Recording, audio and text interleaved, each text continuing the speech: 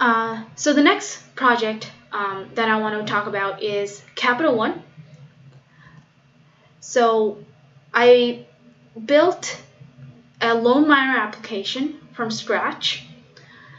Loan Miner basically is an application that lets you search through a very large loan database.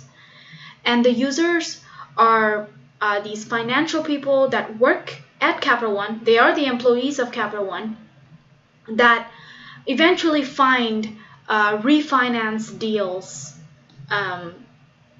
for Capital One, for commercial real estate owners. So what is the problem? The problem is that the old Loan Miner system was basically developed by engineers, and it needs to be redesigned so that it is very easy and efficient for the users to use it. My role at Capital One was that I am again the product owner of this project, and I was leading the design process and the design strategy for this application. Everything from user research to interaction design, all the way to the high fidelity web designs. My team included a lot of business and subject matter experts who are related to finance. There's a product manager, and there's several engineers and tech leads.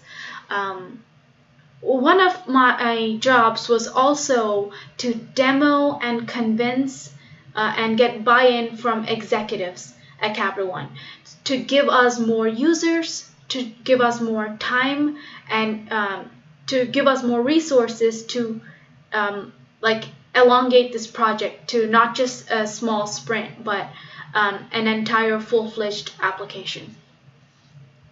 So this was done in 6 months. Let's look at our user. This is Tom. He is a junior loan originator. So the users are called loan originators. There are two types of personas here. There's a junior and a senior. A senior loan originator has decades of experience doing this, finding refinance deals. So they have a very rich network of clients and people to talk to. So they don't really need Loan Miner to find the leads. So someone like a junior loan originator who only has a couple years of experience is way more likely to use Loan Miner and finds it helpful. So I will be covering this person. We'll be targeting this type of user. So Tom's key actions are searching through Loan Miner, finding loans that might look interesting based on some of the parameters and his finance strategies, and then making a list of interesting loans, and finally doing the full-fledged calculations on his own to make a very attractive offer, a refinance offer for the owner, and then finally cold call the owner and show them, present them with the deal. Oh yeah. Just a quick time check. We're at 1:45. I think we have the full hour, but just in case, so we can have time for questions near the end, just give me a quick time check. Maybe we leave 5 to 7 minutes near the end. Yeah. Cool. I'll go quickly. Go on. He uses several other applications outside of Loan Miner to get loan information. This is the old Loan Miner application. The top half of this application are filters. The bottom half are search results. Each line in the search results is a separate loan. And if you click into one of the loans, you see loan details. But if you click back, all of your preferences and filters will be gone. That's a bug. And if you sort this table, it will only sort by whatever page you're on instead of all of the results. So the sort is not useful. And a single loan has 55 columns worth of information, but you only see like 10 over here. Unless you download to Excel, like the CSV, you cannot see the whole list of answers. The whole list of loan information. So one of the things that the user likes to do is quotation is, as soon as I search LoanMiner, I download to Excel and I work from there. So that's something that we don't want the user to do. We want to help a user use it inside of LoanMiner itself. So we had very limited amount of users to work with. We only have 5 pilot users. So I also had to talk to a lot of subject matter experts who are not necessarily the users. So when I talk to them, they have a lot of solution ideas in the very first call that I talked to, which is great because I personally don't have any finance experience, and when they provide something like that, I actually rename those solutions into assumptions, and these are the four main assumptions. I'm gonna just skip through that. This was my process. This time something new here is a card sorting workshop, because the amount of information in the LoanMiner is a lot, and it is not organized, and there's no analytics to let me know to see how to organize it. Several different wireframes I considered. For the main feature here is filters, and then we ended up going with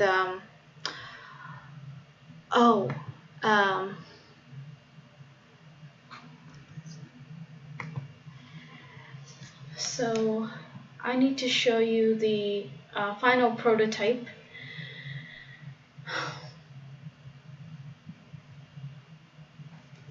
Which is here. Okay.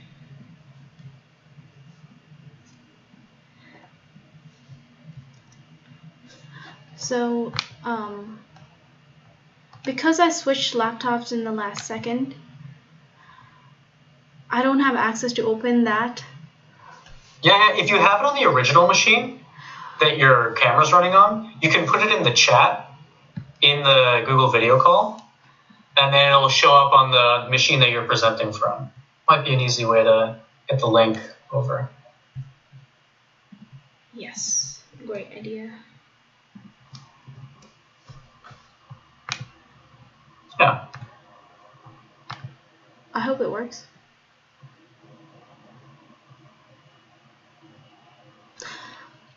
I just want to show you the prototype because I didn't show you prototypes yet. Yeah. I think it's working. Oh, wow, it's so slow. Figma's always that way, especially with the prototype views. But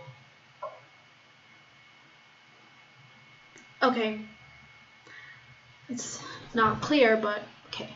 So originally I had like several different versions, right? I considered vertical filters versus horizontal filters, and let me just take you through this. These are just like form fields where you can type in, and different filters look different. Unpaid balance has min and max, that's why it has the two. City is a multi-select. A date can be a single date or a date range.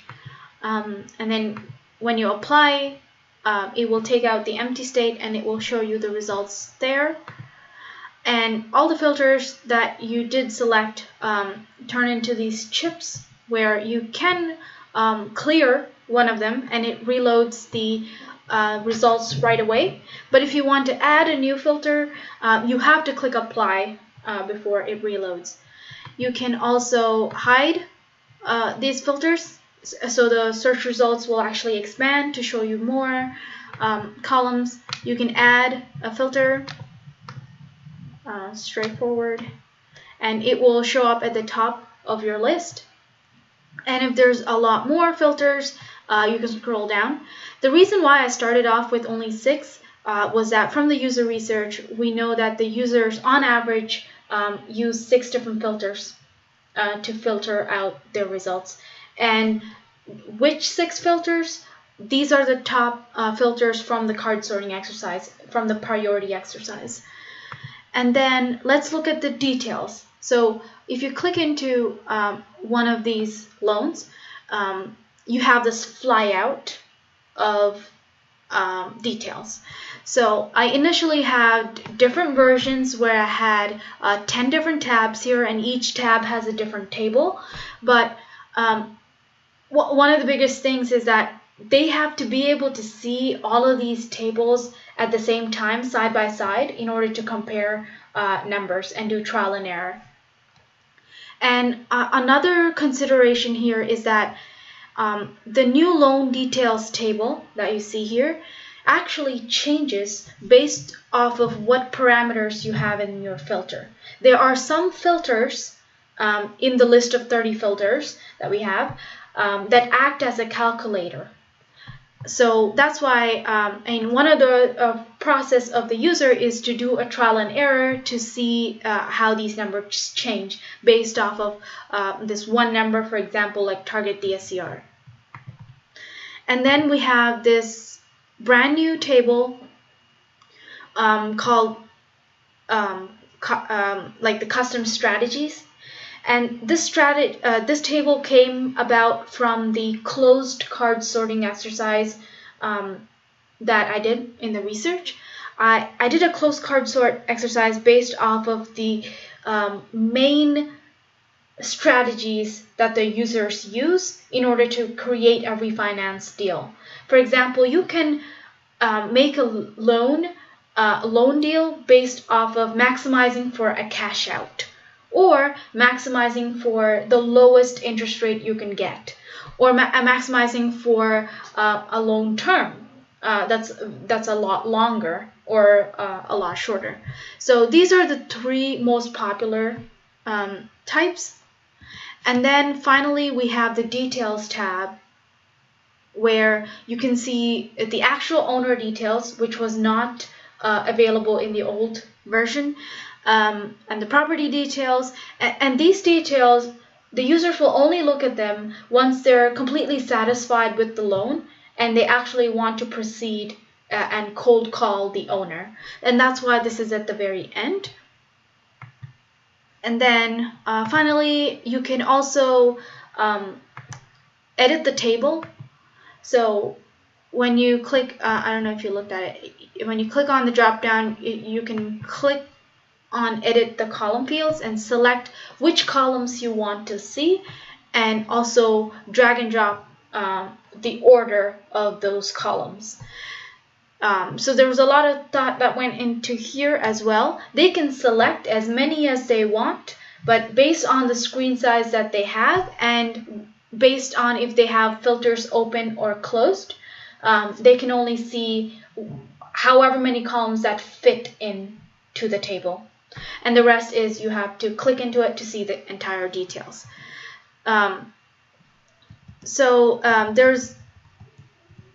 There were many other versions that went into this before coming here. I initially had 3 different columns where I have filters, search results in a card layout.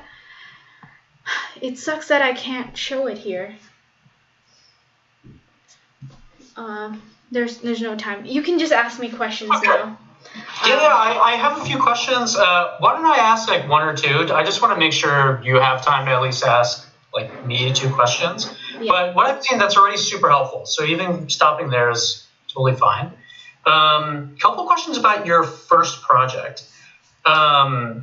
So one of the questions that I actually had or was going to have was how you kind of reconciled feedback from 8 different kind of unrelated parties. And it sounds like the workshop was the primary way that you did that. So 2 kind of questions around that. Did you plan and facilitate that whole workshop on your own? Nice. Yeah. How do you go about that? Like, just like briefly, what was your process for coming up with that plan? So originally, I would never think of having a workshop just for the sake of having the workshop. I usually start off with empathy interviews unless it is very structured and they have a product requirement document or something like that. So from there, I see what kind of problem the situation and the product has, and based off of that, and like just using my experience as a designer, figuring out which methodology is the best from there.